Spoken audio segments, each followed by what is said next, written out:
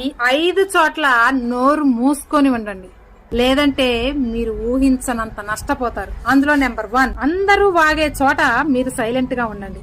ఎందుకంటే మీకు కూడా తెలుసు, నోరు తెరిచి ఉన్నటువంటి చేపని ఈజీగా జాలర్ లాక్కొని వెళ్ళిపోతాడు. నెంబర్ 2, మీకు ద్రోహం చేసిన వారి దగ్గర అస్సలు నోరు తెరవకండి. మీరు కనుక వారి తప్పును ఎత్తి చూపటం మొదలు పెట్టారో వారు ఇంకా పవర్ఫుల్ గా మారుతారు. అండ్ నెంబర్ 3, మీకు ఏడుపు వచ్చినప్పుడు సైలెంట్ గా ఉండండి. మీరు ఏడుస్తూ మీ వీక్నెస్ మొత్తం, మీ బలహీనతలు మొత్తం చెప్పేస్తూ ఉంటారు. మీ వీక్నెస్ కనుక బయటికి తెలిస్తే జనాలు మిమ్మల్ని తొందరగా కంట్రోల్ చేయగలరు. కాబట్టి సైలెంట్ గా ఉండండి ఏడుపు వచ్చినప్పుడు. అండ్ నెంబర్ 4, మీకు కోపం వచ్చినప్పుడు ఒక్క మాట కూడా మాట్లాడకండి. ఎందుకంటే కోపంలో ఉన్నప్పుడు మనిషి రాక్షసుడు అవుతాడు. కోపంలో ముందుంది మిత్రుడో శత్రుడో కూడా అస్సలు తెలియదు.